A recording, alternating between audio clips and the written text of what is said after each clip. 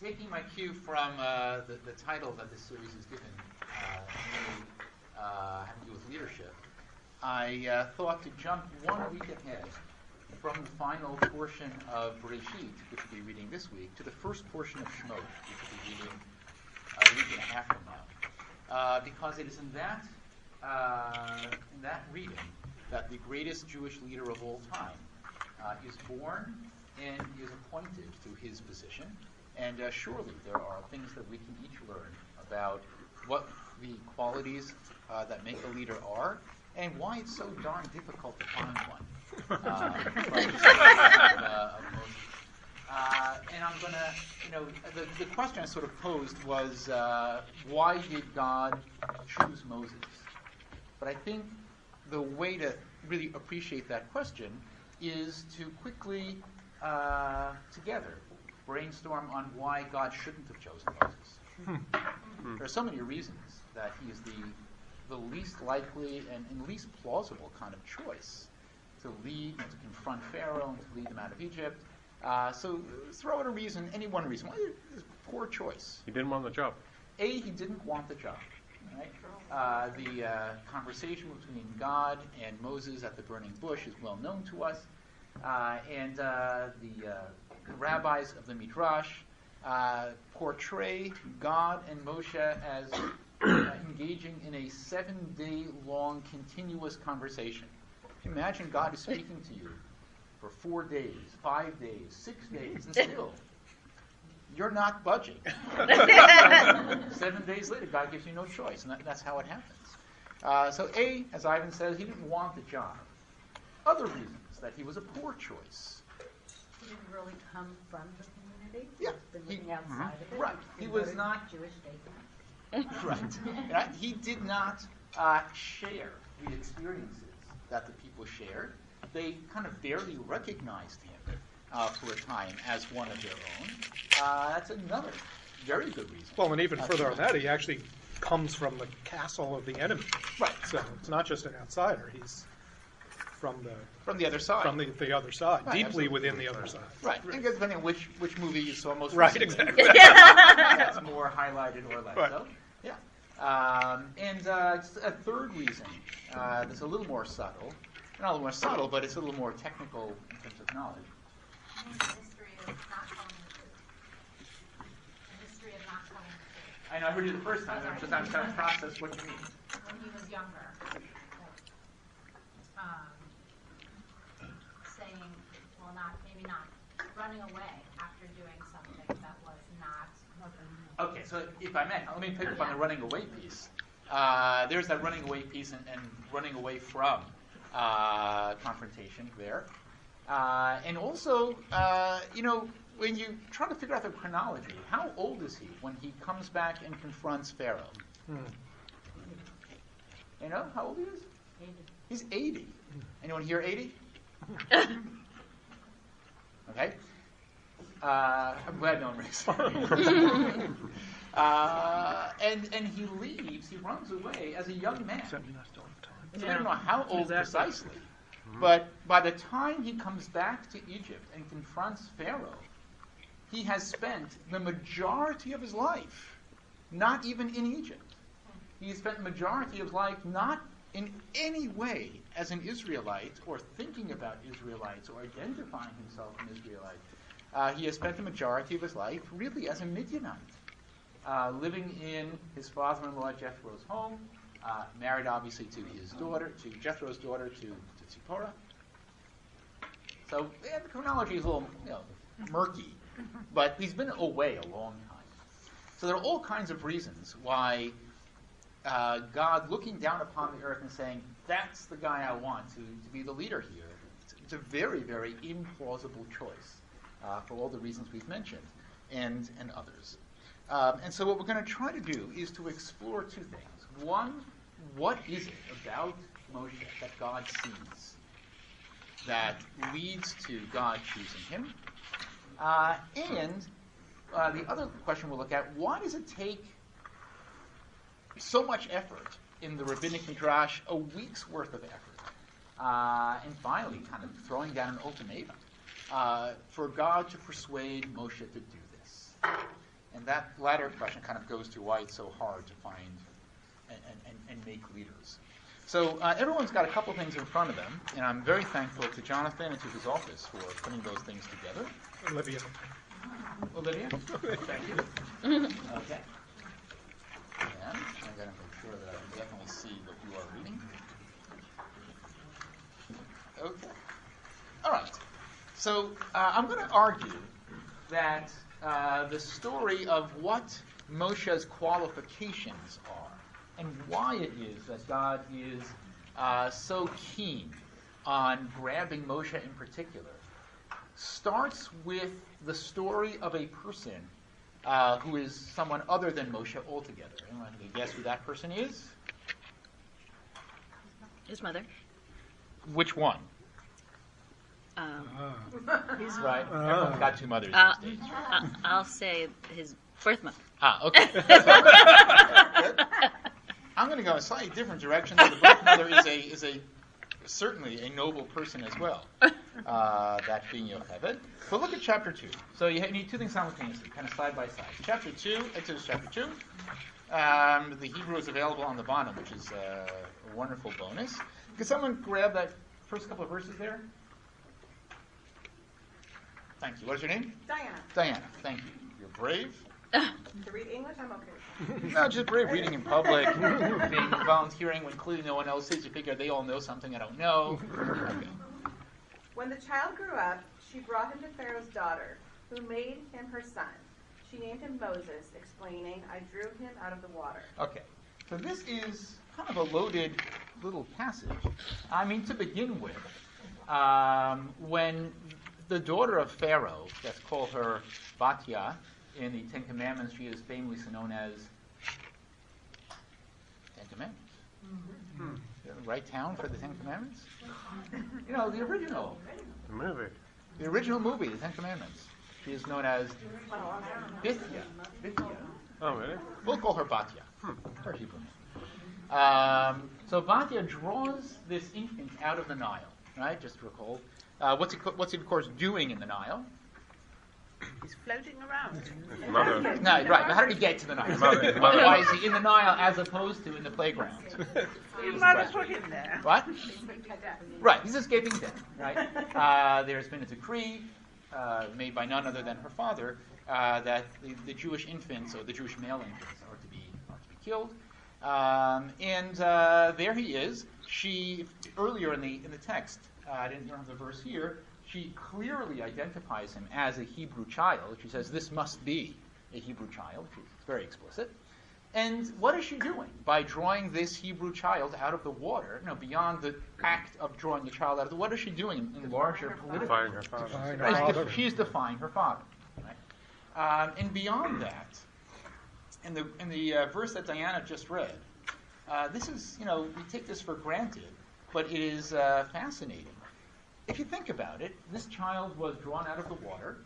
This child had a very, very traumatic beginning. This child was, circumstances took him away from his people and from his parents.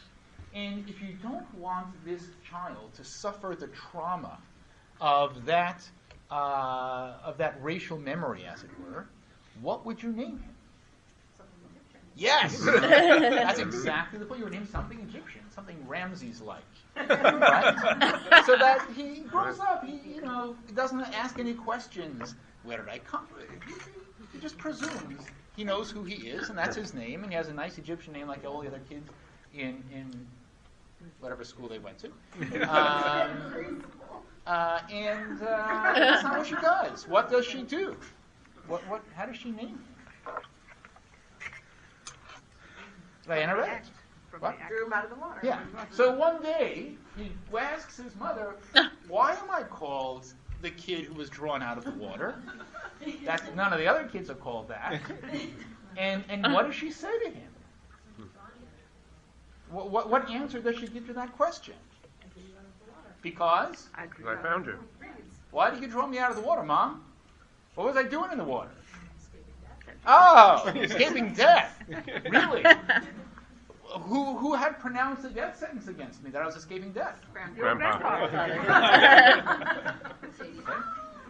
No, but this is incredibly significant. And certainly our sages picked up on this too, that Batya is no mere, actually that's not mere. She's not simply a compassionate soul. She saw this child and picks him up. She is someone who defies her father. And even more importantly, she is someone who, at a time and place where certain things can be accepted as normative exercises of power, right?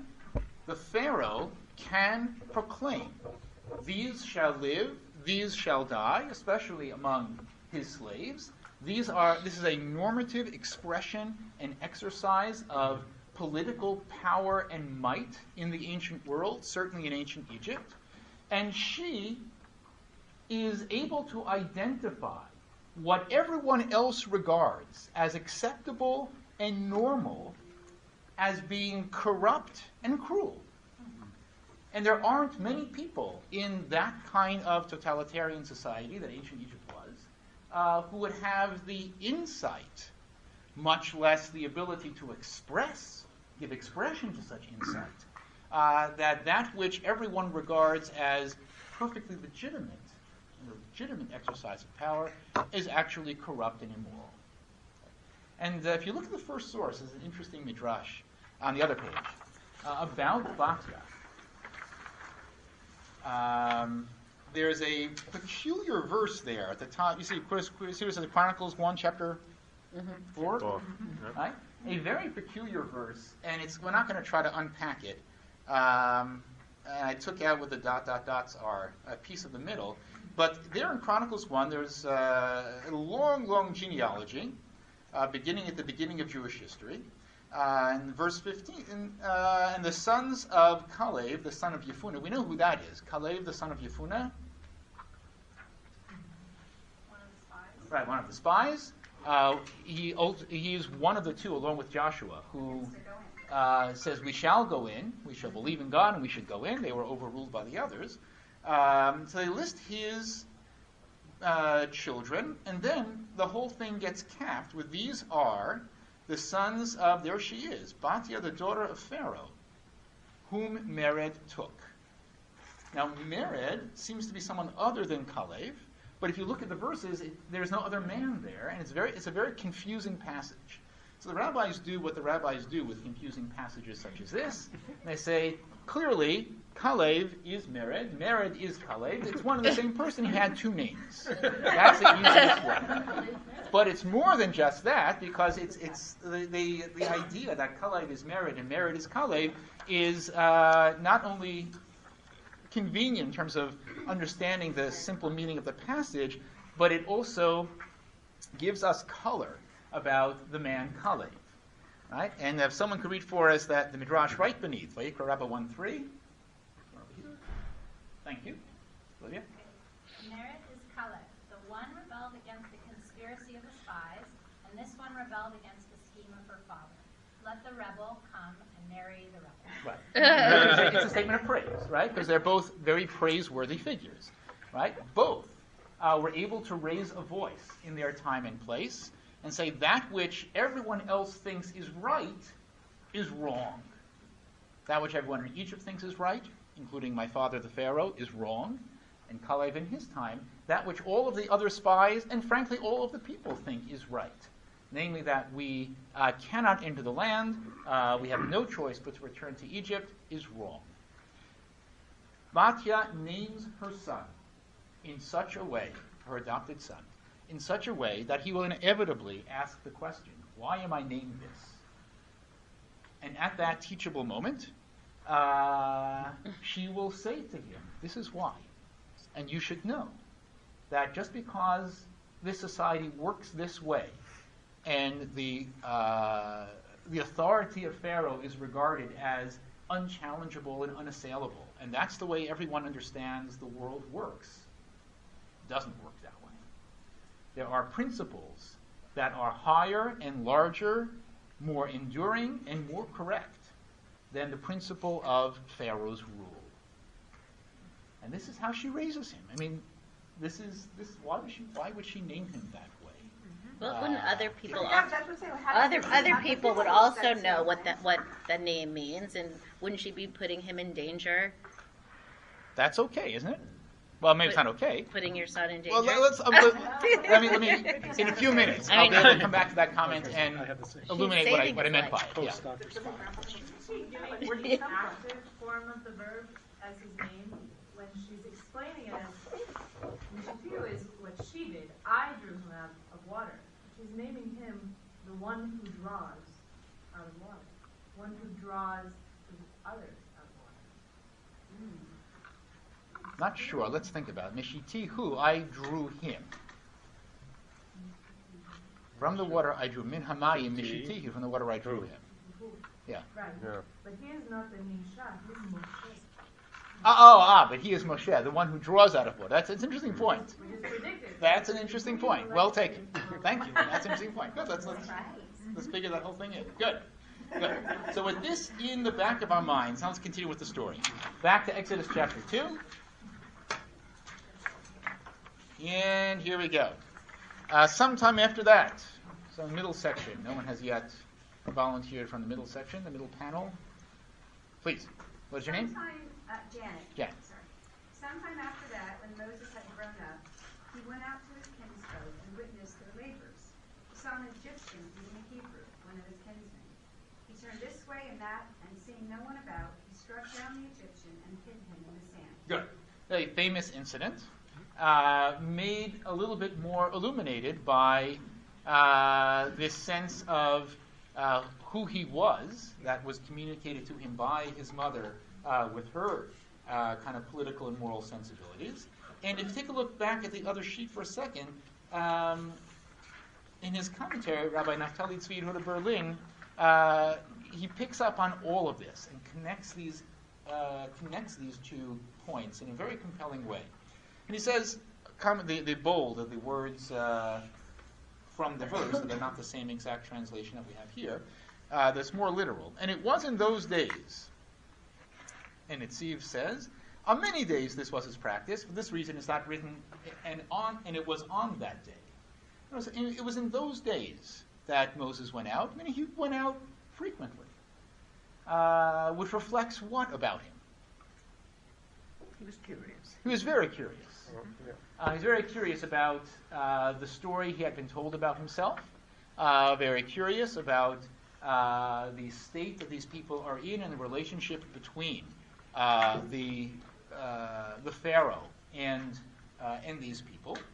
And he goes out to his brothers, and back in that Netziv commentary, he didn't usually leave the palace or place of studies, but to his brothers he went out. And I'd like someone to please volunteer to read the next comment. He observed their hard labor, and the Netziv is picking up on that adjective, hard labor. Grab it, Carol. Do you mind? Yeah. And he observed on the commentary page. We'll call it the commentary page.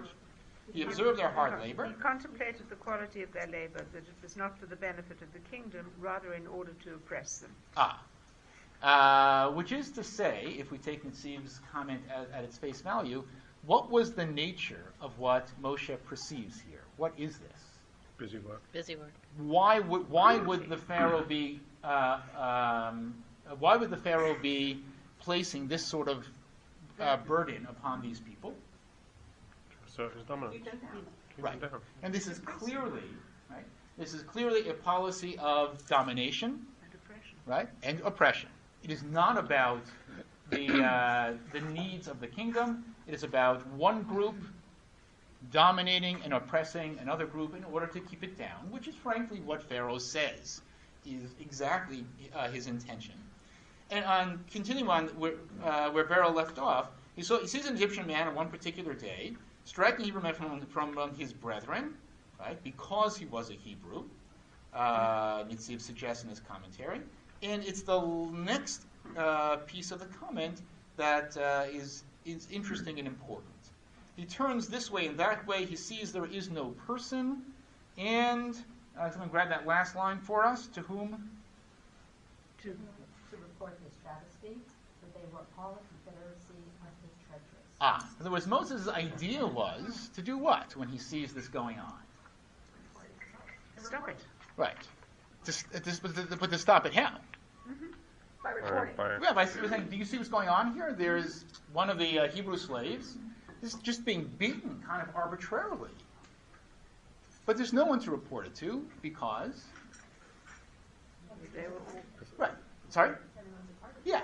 This is exactly what his adopted mother Batya also confronted, that there is a societal assumption as to how things are and how things are entitled to be. The king, the dominant culture, the dominant ethnicity have the privilege and the license to do what they will, to act as they will, to impose their will in whatever way they see fit upon a group that is ethnically different, a group that has its roots in some other place and is powerless. This is all normal. This is all legitimate. There's no one for Moses to report this to because no one would understand that it's wrong. This is the passion that begins to burn within Moshe. The idea that 4 million Egyptians can be wrong. And the fact that the world has accepted a certain order doesn't make that order moral. It doesn't make that order acceptable. It doesn't make that order tolerable. And it doesn't make that order something that we simply roll over and accept. This is, he's kind of this lone voice. And that's why he leaves Egypt. This is why he runs away. Back to the text page. Yeah. Just because I want to clarify it for myself, I've always read that he looked around to make sure that he struck the guy, he wouldn't be caught. Correct. Right, and that's why Nitziv's commentary is, I think, so fascinating.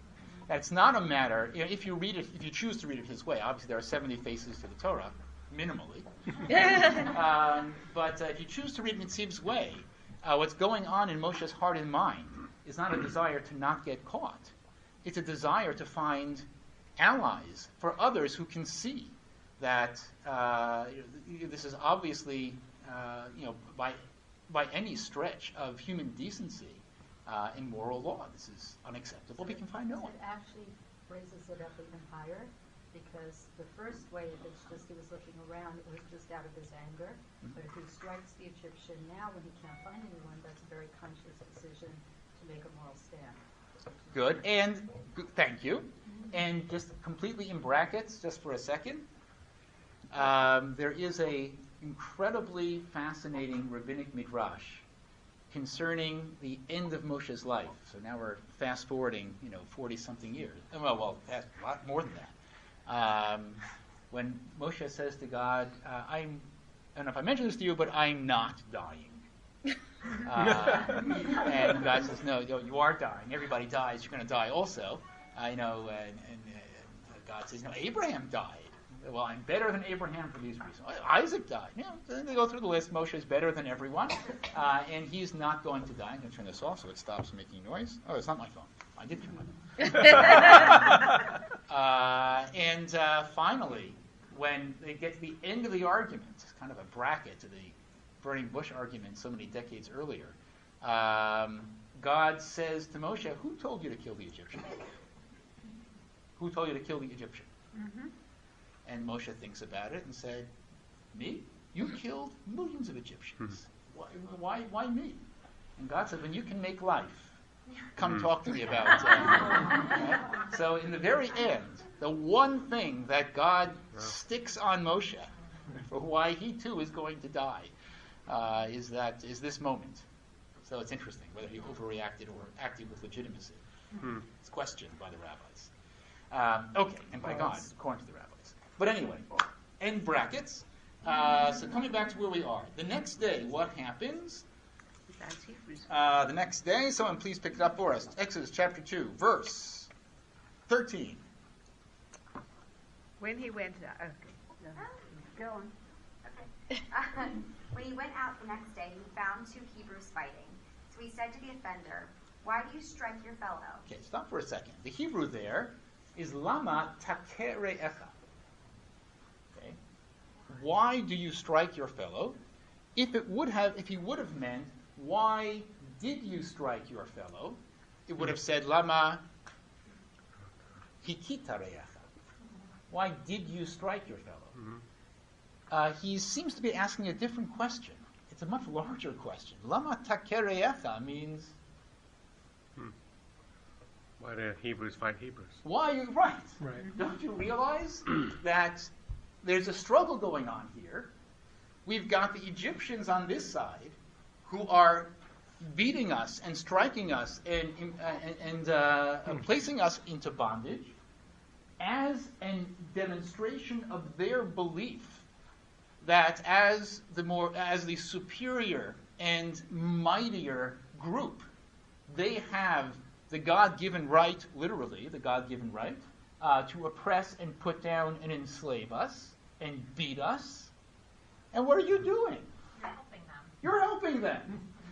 Don't you see that there's an epic battle here, an epic ideological battle about right and wrong? What are you doing? And what is their response? Continue, please. retorted, What? "Who Continue. made you chief and ruler over us? Do you mean to kill me as you killed the Egyptians?" Moses was frightened and thought, "And the matter is known." The matter is known. Very pregnant phrase. Can carry many levels of meaning. The matter is known on the most superficial level of meaning is, it's known that I killed an Egyptian. And a deeper level of meaning, the matter is known. I'm a leader. Right, Revolutionary.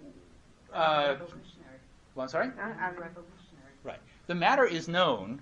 The matter is known as to why these. Again, I'm spinning midrashically a little bit. The matter is known as to why these people have never been redeemed, why it is they've never risen up, why it is they seem completely accepting of their situation in life. They've never rebelled against it. The matter is known. They don't get it either. They, like their Egyptian oppressors, also accept this is the way the world is. This is our place in life. We are born as slaves. We shall be slaves. Our children shall be slaves. Our grandchildren shall be slaves. This is the natural order of things.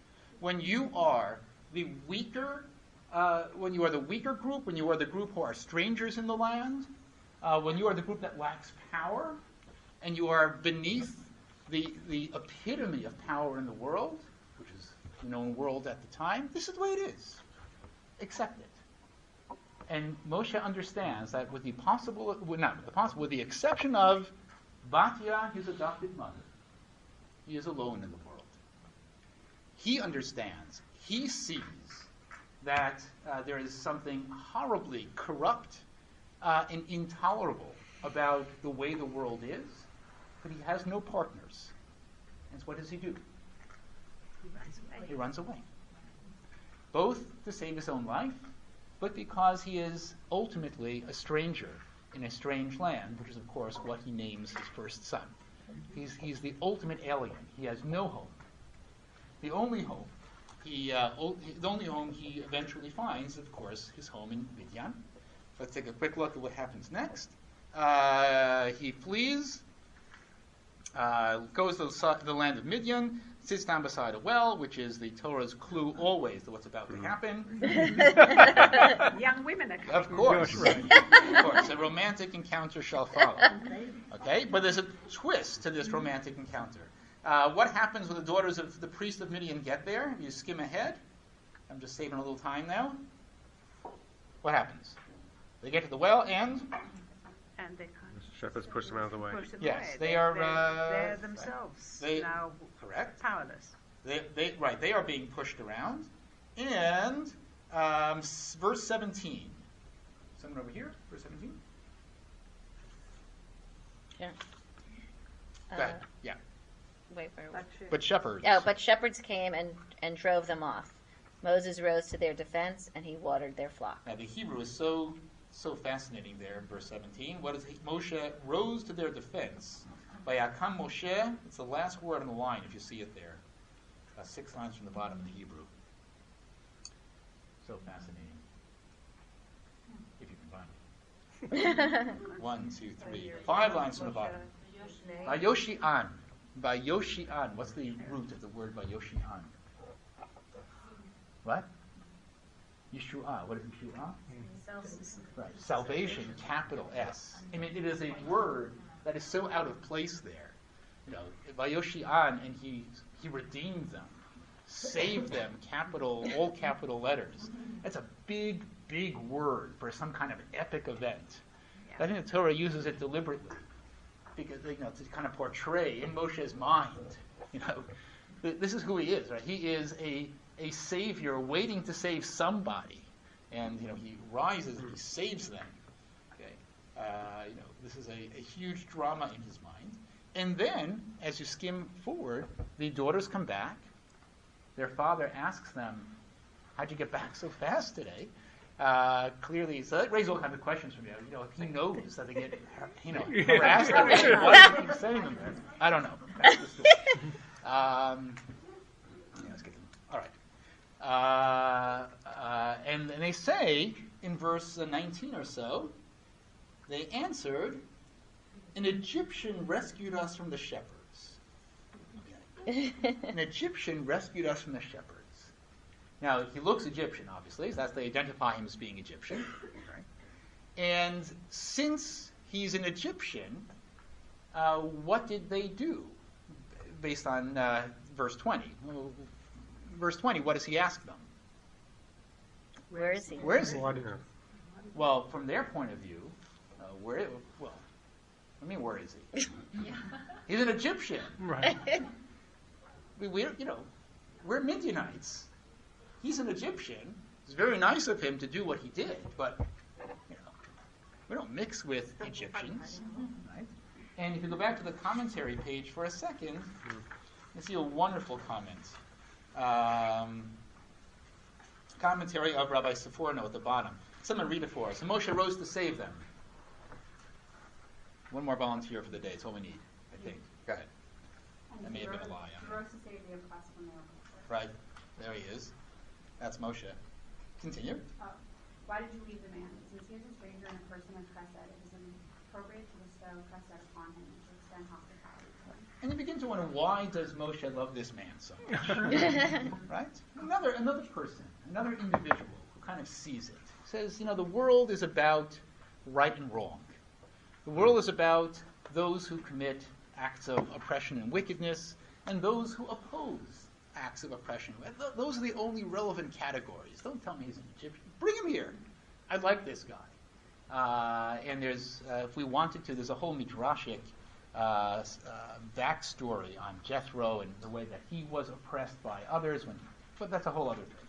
Mm-hmm. But it all kind of clicks together. There's a very clear rabbinic idea as to what's happening here. And this brings us kind of to the climax.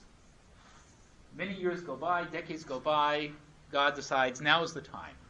Now is the time I need to fulfill the promise that I made, that they would be, the people would be enslaved in a foreign land for X number 100 of years, and that I would remember them, and I'll take them out, and I'll bring them back to the land that I promised to their ancestors. Now is the time. I just need someone to actually go to Pharaoh and tell him this. And God, looks around. And the first qualification has to be someone who gets it.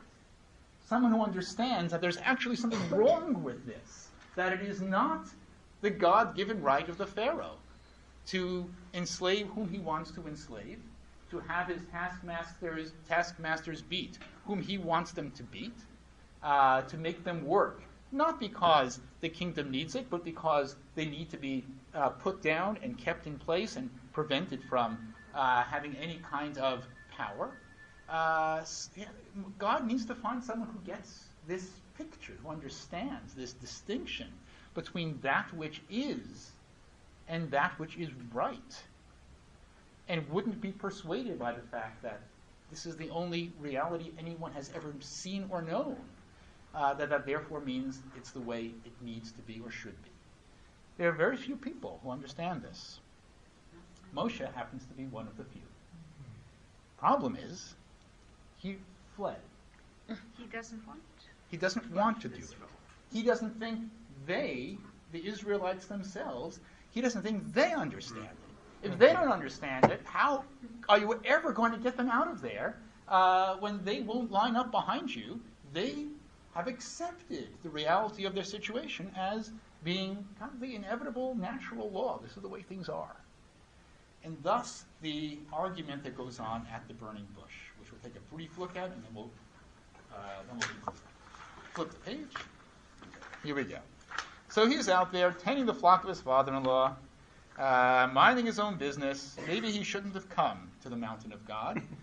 Maybe that was a bad idea. Of course, it wasn't the mountain of God yet. It only becomes the mountain of God afterwards. Right? So he didn't know. There was no sign. This is the mountain of God. But he winds up at the mountain of God, and of course, the Hebrew play you're very aware of, right? This mountain is going to be called ultimately what? Sinai. And the thing that God appears in is the sneh. It's the same word. The sneh is the bush, Sinai is the mountain. It's all the same word, meaning that this is a precursor of what happens later on when the people also hear the word of God from amidst the fire. Okay. So an angel of the Lord appears to him, blazing fire out of a bush.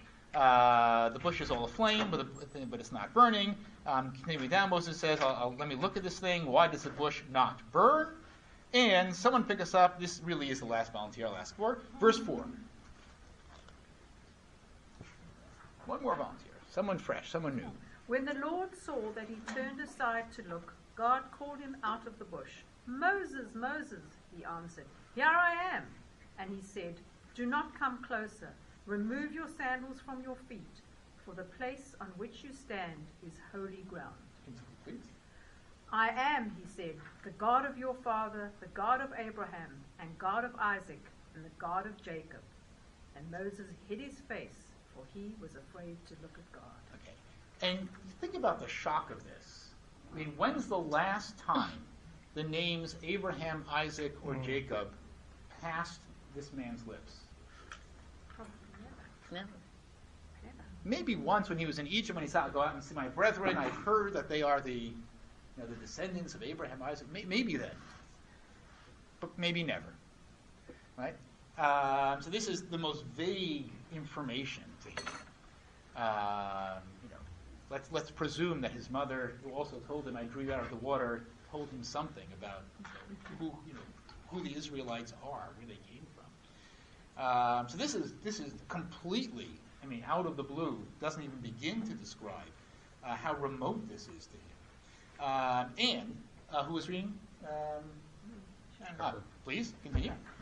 And the Lord continued, I have marked well the plight of my people in Egypt, and have heeded their outcry because of their taskmasters. Yes, I am mindful of their sufferings. I have come down to rescue them from the Egyptians, and to bring them out of the land to a good and spacious land, a land flowing with milk and honey, the region of the Canaanites, the Hittites and the Martites, and the Perizzites and the Hivites, and the. If you don't understand it, yes. Now, if you're Moshe, your head is exploding here, right? You're thinking, why am I being told this information? Is this kind of general information that I missed, and I'm like the last person on the planet to be filled in here? And you are praying with all your might that the next question is not the question that's going to be asked. What's the next question? Now the cry of the Israelites had reached me.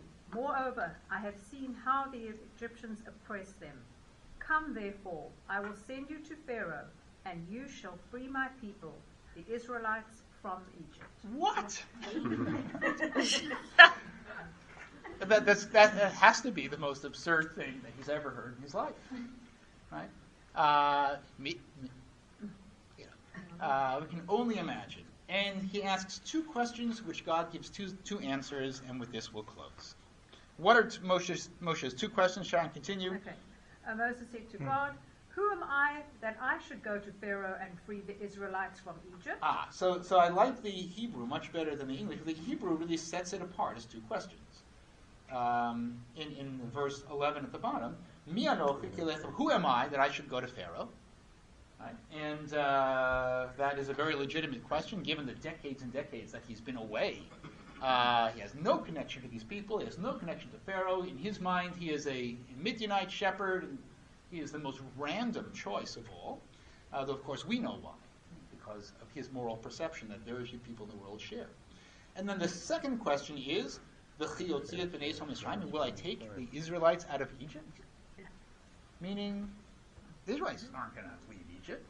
They don't have any objection to the situation that they are in. They are complacent.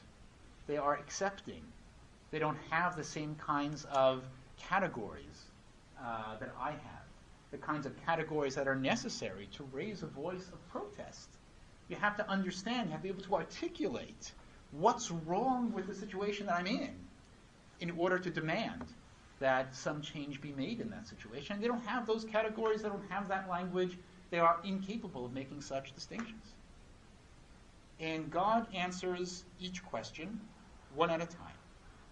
Moses says to God, and he said, and Shem says, I think that if God's voice were a female voice, which will require some our rethinking in terms of movies and stuff, yours would be it. I will be with you.